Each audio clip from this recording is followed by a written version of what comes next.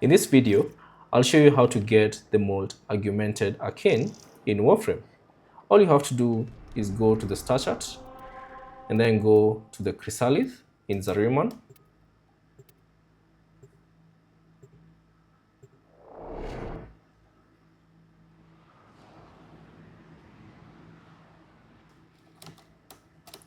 And then once you get there, all you have to do is fast travel. So pause your game and fast travel to Cavalero. So select Cavalero. These new Grenier may not be bright, but they got a bond.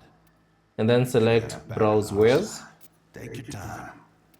And then from here, scroll down and find Molt Augmented. So here it is. So click on it. And then if you have enough standing, which costs around 10,000 standing, you can simply purchase Molt Augmented. It's no longer my responsibility. Now, in case you don't have enough standing, all you have to do is simply complete bounties in Zariman. So you can fast travel to Queen and then select bounties. And then from here, do the bounties and get the void plumes, which you can use to exchange for standing in Zariman. So that's basically it. Thanks for watching, and I'll see you on the next one.